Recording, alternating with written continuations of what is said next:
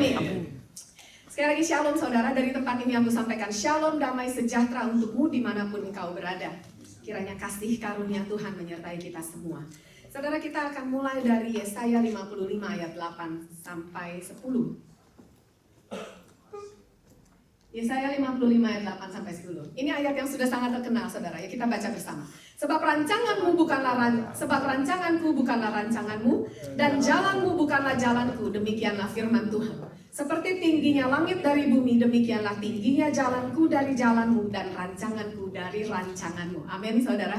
Nah sampai di sini ini ayat yang sangat populer. Amin saudara. Ini ayat yang sangat kita sukai karena terlebih pada saat kita sedang ada di dalam kesesakan. Kita akan mengutip ayat ini dan kita berharap bahwa someday God will deliver us. Amin saudara. Kita akan berharap bahwa suatu saat saya akan menemukan breakthrough, menemukan mujizat. Amin. Tapi this is not the direction that I want to take you through.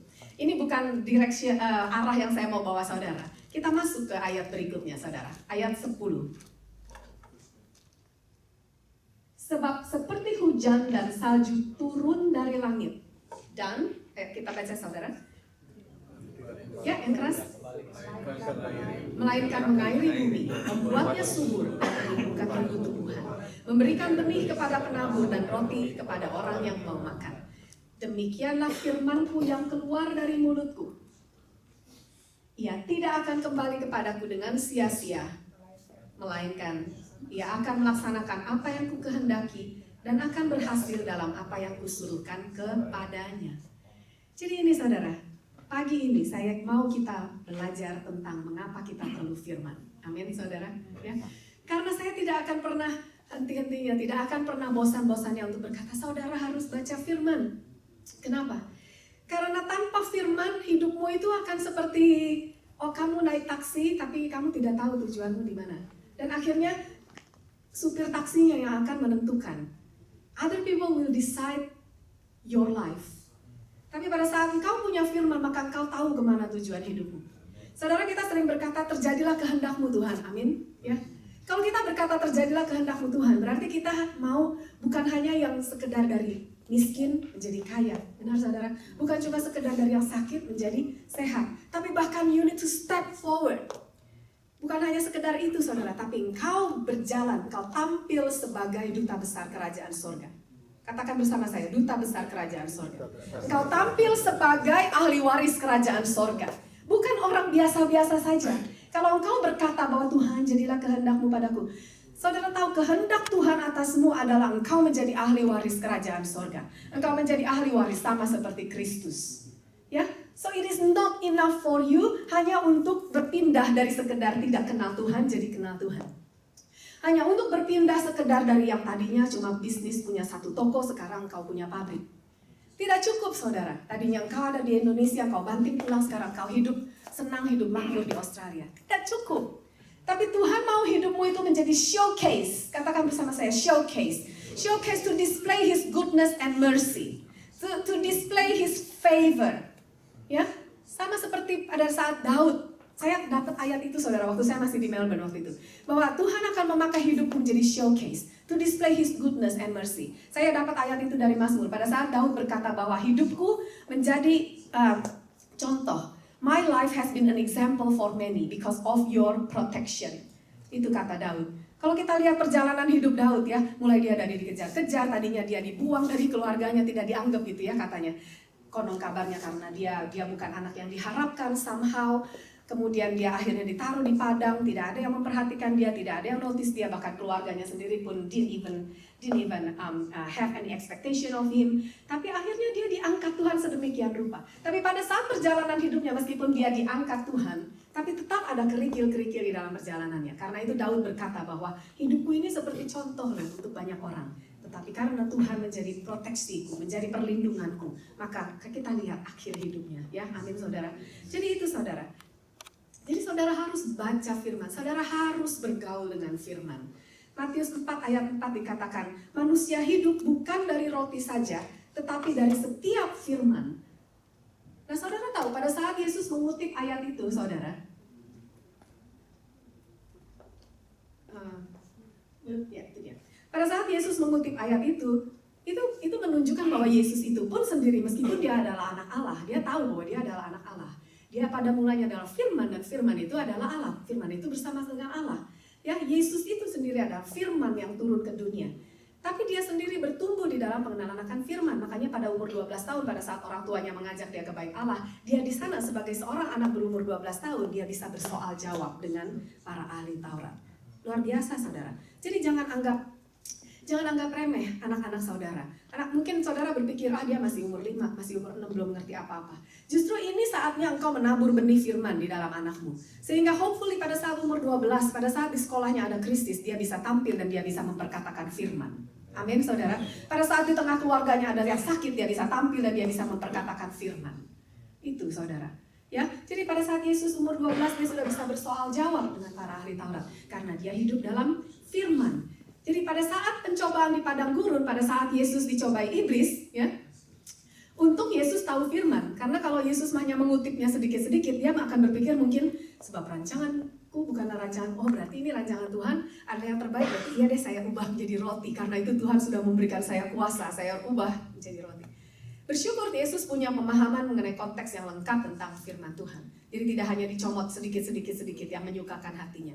Dan Yesus mengutip dari Ulangan 8 ayat 3. Ini sebetulnya dari Ulangan 8 ayat 3, saudara. Bahwa manusia hidup bukan dari roti saja, tetapi dari firman. Pada saat itu Musa memperkatakan itu kepada bangsa Israel, dituntun oleh Tuhan, ya. Musa mengingatkan Israel bagaimana mereka melalui padang gurun, bagaimana Tuhan merendahkan hatimu supaya engkau tahu bahwa manusia hidup bukan dari roti saja. Makanya Tuhan kasih mana setiap hari, setiap pagi, ya. Jadi manusia hidup bukan dari roti saja, tapi dari setiap firman yang keluar. Nah, itu yang Yesus ucapkan. Jadi, saudara, kita sering berkata bahwa Tuhan punya rencana, amin, ya. Terutama pada saat kita ditimpa musibah, gitu. Kita sering berkata Tuhan punya rencana. The question is, do you know what God's plan for you? Do you really know what God's plan for you? Ayat apa? Landasannya apa? Ya. Saya selalu kalau saya ada discussion dengan suami saya akan selalu tanya, kamu berdiri atas firman yang mana? Gitu. Karena jikalau kamu punya tidak ada landasan untuk berdiri, it will be just an argument, it will be just a discussion, it will be just a philosophy, dan tidak ada yang akan bisa menjamin bahwa itu akan menjadi kenyataan. Pada saat saya menerima diagnosis, saudara, tahun lalu Oktober, yang menjadi landasan saya adalah ini. Saya kutip setiap firman Tuhan, saya taruh di dalam handphone saya print. Setiap pagi ini saya baca, saudara. Setiap pagi ini saya baca. Mazmur 121 ayat 7. The Lord shall preserve me from all evil. He shall preserve my soul. Ya. Ada lagi Mazmur 118 ayat 17. I shall not die but live and declare the words of the Lord.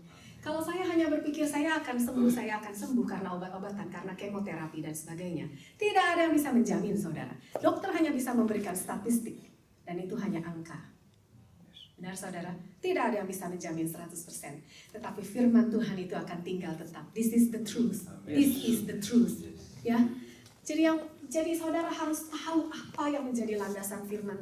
Apa yang menjadi landasan firman. Satu hal yang ditakutkan semua orang pada saat mereka menerima diagnosis cancer adalah kalau cancer itu menyebar. Benar, saudara? Ya, makanya pada saat pertama kali setelah diagnosis, dokter kemudian mengirim saya kepada seluruh scan yang bisa dilakukan, MRI, CT scan, PET scan, semua, every kind of scan. Ya, karena yang ditakutkan adalah menyebar. Tapi saya punya firman bahwa Tuhanlah yang memberkati dan melindungi orang benar. Dia memagarinya dengan anugerahnya seperti perisai. Jadi itu yang saya selalu perkatakan, Tuhan, Kau memagari setiap organ-organ tubuhku dengan perisai. Seperti perisai dengan anugerahmu. Sehingga tidak ada satupun sel kanker yang bisa menyebar kemana-mana. Itu, saudara. Jadi itu, saudara harus punya firman. Saudara harus punya firman. I cannot stress betapa importantnya saudara harus punya firman. Ya, saudara harus punya firman. Entah itu untuk dirimu sendiri, untuk masa depanmu, untuk pekerjaanmu, untuk komunitasmu, untuk kantormu, untuk anakmu, saudara harus punya firman. Yohanes 8 ayat 31 ayat 32, saudara. Maka katanya, ya, ini kata Yesus, ya, Yesus yang berkata. Maka katanya kepada orang-orang Yahudi yang percaya kepadanya, jikalau kamu tetap dalam firman-Ku, kamu benar-benar adalah murid-Ku, dan kamu akan mengetahui kebenaran, dan kebenaran itu akan memerdekakan kamu. Ya. Jadi sekali lagi saudara, Yesus pada saat itu berkata kepada murid-muridnya, kepada orang Yahudi yang percaya ya, kalau kamu tetap dalam firman-Ku, maka kamu adalah murid-Ku. Siapa yang di sini muridnya Tuhan Yesus? Nah, berarti saudara harus tetap di dalam firman. Saudara harus baca firman, saudara harus merenungkan firman, saudara harus membiarkan firman itu menjadi satu-satunya kebenaran di dalam hidupmu. Karena Yesus sendiri berkata bahwa kamu akan mengetahui kebenaran dan kebenaran itu akan memerdekakan kamu. Nah saudara, kebenaran yang tidak kita ketahui itu tidak akan memerdekakan kita. Amin. Ya, kebenaran itu ada, tapi kalau kita tidak tahu, itu tidak akan memerdekakan kita. Salah satu contohnya seperti ini misalnya. Saudara suka ke theme park. Siapa di sini suka ke theme park? Kayak ke Disneyland dan sebagainya. Nanti itu kalau pada saat kami ke Disney Florida. Ya, itu di sana kan biasanya saudara dapat map ya. Di mapnya itu kan kemudian ada attraction ini itu ya, apa saja yang gratis dan sebagainya. Nah kalau saudara tidak tahu, tidak punya mapnya, saudara tidak pernah baca, saudara tidak akan tahu. Saudara begitu masuk ke theme park, setelah dari entrance saudara akan bingung, saudara akan seringak-seringuk, saudara akan cuma melihat, oh itu di sana ada wahana ini, ada attraction ini, tapi saudara tidak tahu bahwa itu adalah untuk saudara dan everything is included in your ticket. Probably you won't try that attractions. Ya, karena saudara pikir, ntar mahal, masuknya aja udah mahal, apalagi nyoba satu-satu gitu ya. Jadi, kalau saudara tidak tahu, maka saudara tidak bisa menikmati, betul? Ya, sama dengan firman. Kalau engkau tidak tahu firman, maka firman itu tidak akan membebaskan kamu. Firman itu tidak akan memerdekakan kamu. Ya, pada saat, saudara masih ingat tentu mungkin, pada saat COVID ya, betapa banyak orang yang terkena, di kanan kiri kita terkena. Nah kalau saudara tidak punya firman, saudara akan selalu hidup dalam stres, betul? When is my turn? Kapan waktu saya? Ya. Tapi kalau engkau tahu firman, maka engkau akan tahu bahwa anugerah Tuhan memagariku. Contohnya waktu itu Karos sudah kesaksian luar biasa. Kiri kanannya haci-haci, batuk-batuk ya. Tapi dia ada di dalam satu mobil gitu saudara. Di dalam satu mobil dengan semua orang yang bersin-bersin, batuk-batuk, tapi dia tahu firman. Karena itu firman itu memerdekakan dia, makanya dia tidak terkena flu dan batuk meskipun pada saat itu dia ada di dalam satu mobil dengan orang-orang yang sakit. Jadi makanya betapa Yesus itu rindu saudara, bahwa murid-muridnya itu ada di dalam firman dan mereka akan mengetahui kebenaran. Yohanes 17 ayat 17, ini doanya Yesus. Kalau saudara punya waktu, saudara bisa baca, because this is very beautiful. Karena saudara di sini akan melihat bagaimana hatinya Yesus untuk murid-muridnya. Yesus berkata, kuduskanlah mereka dalam kebenaran. Firman-Mu adalah kebenaran. Jadi di sini sangat eksplisit. Ya, jadi kalau saudara mau apa itu the truth? Ya, apa itu the truth? Firman Tuhan adalah the truth. Ya. Nah, saudara kita harus mengerti di sini bahwa ada perbedaan antara the truth dan facts. Saya katakan sekali lagi, ada perbedaan antara the truth and facts. Ya. Nah kadang kita berpikir gini saudara, misalnya ada orang tanya, oh kamu ini ya, kamu sakit ya? Gitu. Terus kemudian kita bilang, oh tidak, saya tidak sakit. Oh berarti kamu deny the truth, kamu deny dong, kamu lagi denial. Nah saudara, saya tidak mengajarkan saudara kalau saudara memang lagi memiliki symptoms ya. Kemudian ada orang tanya, kamu lagi sakit, kemudian saya bilang, saya tidak ajarkan saudara bilang, oh enggak, saya enggak sakit, padahal hidung meler di mana-mana gitu ya. Saya tidak ajarkan saudara begitu, tapi saya mau you differentiate between truth and facts. Faktanya adalah pada saat itu engkau memang sedang mengalami symptoms, benar saudara? But that is not the truth. The truth will last forever.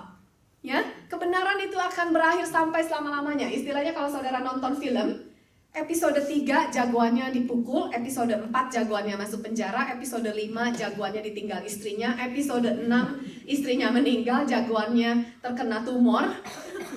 Itu fakta di episode 2, 3, 4, 5, dan 6. But if you keep watching that movie, nanti di akhirnya jagoannya menang. Yes, because that is the truth. Karena jagoan itu harus menang. Kalau nggak Hollywood itu bangkrut.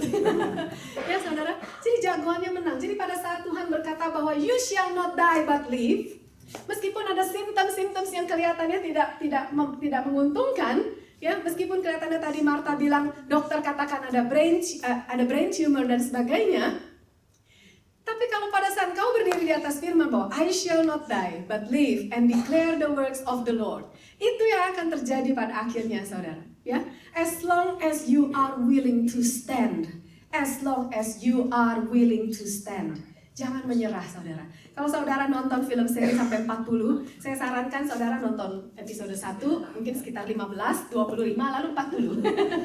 Tapi jangan saudara nonton 1, 2, 3, dan karena terlalu sedih, saudara memutuskan untuk nggak nonton lagi. Karena saudara tidak akan tahu endingnya seperti apa. So the same thing with your life. Apapun keadaanmu hari-hari ini, ya, saudara harus cek, is this the truth? Or is this just a temporary facts? Ya, saudara harus cek, saudara. Nah, saudara, saya ingat waktu itu kita punya anjing ya, namanya Frosty. Nah, Frosty itu kira-kira 3 minggu lalu, saudara. Dia itu tiba-tiba kakinya pincang, terus dia nggak bisa bergerak gitu, seperti lumpuh gitu, saudara. That was the first time, tapi kali ini cukup parah. Kita tunggu, kita perkatakan langsung kan, kamu hidup gitu, kamu sembuh. Karena kita pun punya kuasa, makanya Adam kan pada saat manusia diciptakan dikatakan bahwa manusia akan memiliki dominion ya terhadap segala makhluk yang ada di atas muka bumi ini. Ya, jadi saya tidak mengada-ngada, saudara. Kita ini tidak bukan pasangan yang halusinatif. Ya, jadi pada saat anjing kita sakit gitu ya, tadi baru cerita dengan Carlos juga ya. Carlos itu pergi sekian minggu, ikannya tuh bisa hidup gitu. Padahal kalau ikan teman-temannya baru tinggal seminggu, 2 minggu aja, ada yang mati 1-2 gitu ya. Tapi ini ditinggal 3 minggu, ditinggal 1 bulan, itu ikannya hidup. Kenapa? Karena ada iman orang tuanya. Oh, maksudnya iman pemeliharanya. Iman pemiliknya. Nah gitu, saudara. Jadi balik lagi tadi ke Frosty. Jadi hari pertama dia nggak bisa makan, dia nggak bisa bergerak, betul-betul basically seperti lumpuh. Dia keluar juga mau pipis, hari kan harusnya pipis beberapa kali, pupuk beberapa kali kalau kita keluarkan ke teras depan ya, dia bisa pipis di sana. Ini juga nggak bisa jalan sendiri, nggak bisa naik tangga. Pokoknya basically he was in a very very concerning condition. Tapi karena itu sudah bukan yang pertama kali. Kalau dulu-dulu, saudara, hari ke-1 mungkin bisa, hari kedua kita udah mulai goyah. Saya akan goyah. Saya akan tanya ke dia, kita bawa ke vet atau enggak gitu. Tapi kali ini saya merasa, aduh, ini benar-benar dikerjain. Biasanya sehari, 2 hari nggak selesai, kita terus berdoa sampai saya ingat malam itu kita lagi berdoa bersama. Saya betul-betul ada holy anger gitu di dalam diri saya ya. Saya pikir ini keterlaluan, nggak bisa begini. Gak bisa begini, karena firman Tuhan itu bahkan berkata pada saat bangsa Israel, ternak-ternakmu pun itu tidak akan kena tulah. Pada saat Tuhan menulahi bangsa Mesir dengan penyakit sampar, saudara tahu apa yang terjadi dengan ternak-ternak Israel? Tidak ada satupun yang terkena, saudara. Ya, itu ternak, itu penjagaan Tuhan. Jadi akhirnya pada saat doa, itu kita berdoa bahasa roh, dan saya sampai gebrak-gebrak Alkitab saya bilang, ini janjinya Tuhan. This is the law. This is legal. Ini legalnya seperti ini gitu. Kalau saya seperti itu, saudara tahu yang ngajarin saya siapa. Ya. Ini semua tertulis di sini. Saya katakan, iblis, kau tidak punya kuasanya lagi. Di Kolose dikatakan, engkau sudah dilucuti oleh kemenangan Kristus di kayu salib. Pada saat Yesus naik ke kayu salib, engkau sudah dilucuti dan dijadikan tontonan umum. Engkau tidak punya kuasa lagi. So get your hands off my life, off my family, off my dog. Itu, saudara. Jadi saya betul-betul marah pada saat itu ya. Dan saudara tahu yang terjadi. Besoknya itu dia udah mulai bisa makan, dia mulai bisa bergerak, dan semuanya tiba-tiba bes gitu aja. Bes gitu aja, saudara. Jadi apa itu, saudara? Kita harus punya firman. Sehingga kita bisa tahu mana yang harus kita perangi, ya, bagaimana, dengan apa, dan mana yang kita lihat bahwa oh, ini proses yang Tuhan sedang lakukan. Nah, kalau kita tidak tahu firman, saudara akan terus berpikir bahwa oh iya, Tuhan memberi saya kanker supaya saya belajar sabar. No way. Dia sudah mati, saudara. Saudara tahu. Waktu itu saya pernah satu hari saya katakan ini, saudara. Saya satu hari ketemu dengan prinsipal saya. Karena pada saat itu, pada saat awal-awal diagnose, saya secara emosional saya terguncang gitu ya, saudara ya. Jadi kadang-kadang kayak kalau saya teringat tuh saya nangis gitu. Dan di sekolah saya lagi ketemu prinsipal saya baru ketemu, hello Sandra, how are you? Saya cuma ngeliat dia dan tiba-tiba saya nangis gitu. Dia bilang begitu, saudara. Pada saat itu saya langsung tok, saudara. Ada dua yang Roh Kudus ingatkan ke saya. Yang satu, dia hanya seorang manusia, but he concerns for me. He cares for me, he loves me. Tapi dia bisa katakan itu, saudara. Karena dia mau, dia berusaha. Kalau ada sesuatu yang dia biasa lakukan untuk saya, dia akan lakukan. Ya. Nah, apalagi Bapa kita di surga. Yes. Apalagi Bapa kita di surga. Amin, saudara. Yes. Apalagi Bapa kita di surga. Dia yang sudah memberikan Yesus anaknya untuk kita. Apalagi yang dia tidak akan berikan buat kita. Ya. Apalagi Bapa kita di surga. Ya, makanya sama seperti tadi Andi bilang yang kisah Sadrak, Mesak, Abednego. Saudara tahu Sadrak, Mesak, Abednego di terjemahan bahasa Indonesianya itu saya lebih suka terjemahan bahasa Indonesia karena mereka berkata, jikalau Allah yang kami sembah itu sanggup melepaskan kami, Dia akan. Ya, so it's not the matter of questioning apakah Tuhan bisa gak ya?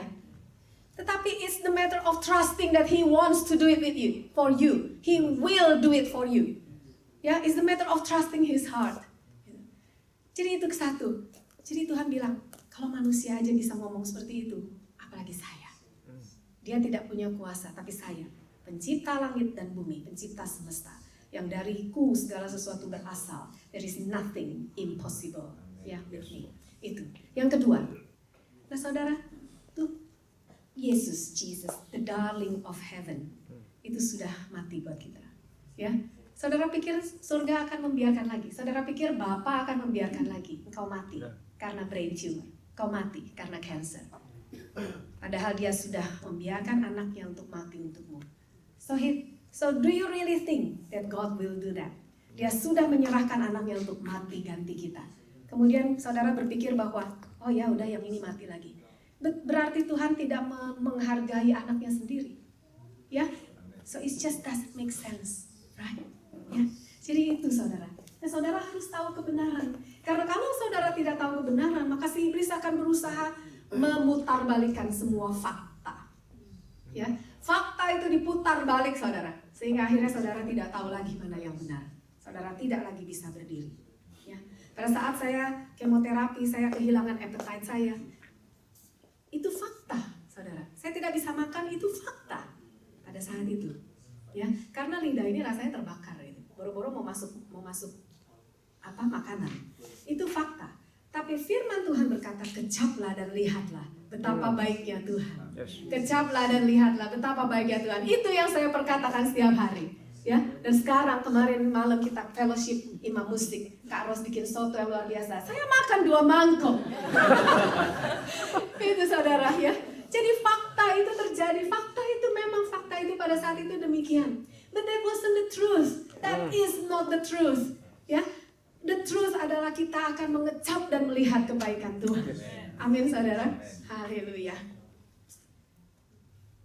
Mazmur 89 ayat 34. Aku tidak akan melanggar perjanjianku, dan apa yang keluar dari bibirku tidak akan kuubah. Ya.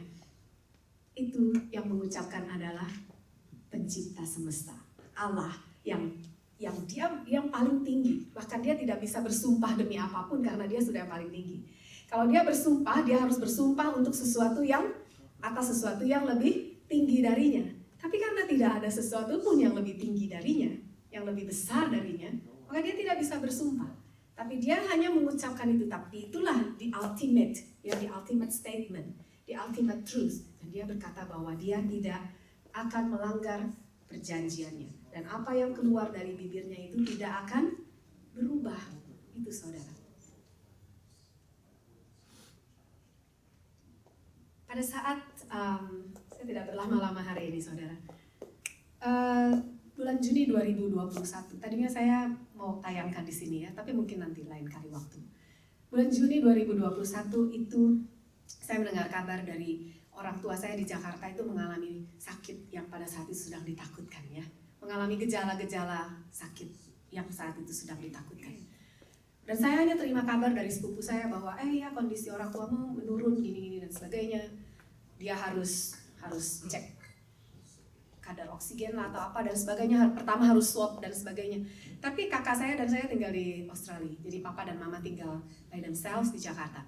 Singkat cerita, saudara-saudara saya hanya bisa memberikan fakta, tapi mereka kasih statement disclaimer bahwa tapi gue nggak bisa bantu lo ya, soalnya nggak ada yang berani kan saudara, nggak ada yang berani. Mereka siapa yang mau berani untuk datang gitu ke rumah papa dan mama misalnya kalau mereka kira itu mereka sedang sakit. Jadi gue nggak bisa bantu ya. Jadi saya pikir lah terus buat apa kasih tahu juga gitu, bukannya cuma doain. Tapi saya nggak bisa menyalahkan siapa-siapa, saya tidak menyalahkan siapa-siapa. Setiap hari kami hanya berdoa, kami hanya memperkatakan firman. Nah kurang lebih sekitar waktu-waktu itu Tuhan kasih lagu untuk saya. We've been writing songs ya dari apa yang Tuhan kerjakan di dalam kehidupan saya. Karena itu tadi kan ada this is my story, this is my song ya. So that's why I encourage you to start singing your own song, nyanyian baru. Tuhan memberikan nyanyian baru di dalam hatimu. Jadi pada saat itu Tuhan kasih firman dan Tuhan kasih kata-kata bahwa semua kan berlalu, namun firmanku tetap. Tuhan hanya kasih itu, saudara. Ya. Kemudian Tuhan bawa saya ke dalam pemahaman mengenai bahwa Dialah pencipta semesta, kerajaannya tidak akan berakhir, segala sesuatu akan berlalu. Jadi pada saat itu saudara yang namanya COVID Alpha, pernah ya dulu pertama kali ya, kemudian ada apalagi ada Delta ya, pada saat itu Delta saudara yang sedang sangat ditakuti. Jadi pada 2021 itu ada Delta, kemudian kita lihat belakangan ada Omicron ya. Tapi Tuhan katakan bahwa Dialah Alpha dan Omega. Dialah the beginning and the end. Segala sesuatu akan berlalu, tapi firman-Ku tinggal tetap. Ya, jadi pada saat lockdown itu kami ingat, saya ingat kita bikin lagunya, semua prosesnya kita kerjakan di rumah. Video klip juga kita buat di rumah, dan ada satu firman Tuhan yang saya dapat untuk mama saya pada saat itu adalah orang benar tidak akan ditimpa oleh bencana apapun. Jadi pada saat saya dapat firman itu saya perkatakan itu, dan saudara tahu bahwa sejak saya dapat firman itu kondisi mama dan papa itu terus tiba-tiba berbaliknya juga begitu aja tuh, zet gitu. Karena pada saat itu yang saya pegang, itu yang saya percayai. Saya tolak semua pemikiran-pemikiran negatif. Nanti kalau mereka kenapa-napa, nggak ada siapa-siapa, kita juga susah untuk travel karena pada saat itu lockdown dan sebagainya. Jadi itu saudara, ya. So you gotta have the word of God dan menjadikan itu sebagai satu-satunya kebenaran di dalam kehidupan. Amin saudara. Jadi siapa di sini yang ikut FCBH? Faith comes by hearing. Pak Erwan, kita terima kasih sekali Pak Erwan sudah sangat faithful ya, sangat loyal memaintain grup WhatsApp kita. Hari ini sampai kejadian 44 ya, saudara ya. Saudara, jadi baca firman. Kita bersyukur karena kita ada di dalam komunitas yang mengencourage kita untuk baca firman, yang mengencourage kita untuk berdoa, mengencourage kita untuk bangkit ya iman kita. Karena pada saat kita tidak akan tahu kapan kita butuh firman. Sekali lagi, mungkin bukan untuk kita, tapi untuk orang-orang yang Tuhan percayakan di dalam kehidupan kita. Orang-orang yang di sekeliling kita. Nah saudara, saya mau tutup juga dengan ini. I encourage you to read the word of God. I encourage you untuk bergaul dengan firman. Bukan hanya sekedar untuk kamu sukses atau kamu menikmati hidup yang enak di muka bumi ini. Sebab karena tadi saya bilang bahwa terlalu sedikit kalau engkau hanya berpikir engkau berpindah dari sakit menjadi sembuh. Engkau berpikir bahwa engkau berpindah dari yang tidak punya apa-apa, sekarang engkau punya something yang engkau bisa be proud of. Ini jurnal saya saudara. Pada saat saya pertama kali mengalami kisah ini, seorang teman saya di kantor, dia kasih note ini ke saya. Karena dia pun dulu mengalami hal yang sama dan dia bilang, she had been writing her thoughts ya di dalamnya. Tapi yang ada di sini adalah firman Tuhan. Kalau yang saya tulis ini, ada satu di conclusion dari sekian banyak kemoterapi yang sudah saya jalani, ada di satu halaman ini mungkin setelah kemo, mungkin sudah hampir habis kemo ke-5 atau ke-6. Saya tulis begini saudara, the only most important thing throughout whatever we face is that we become one with God, with Christ, be in total dependence with Abba.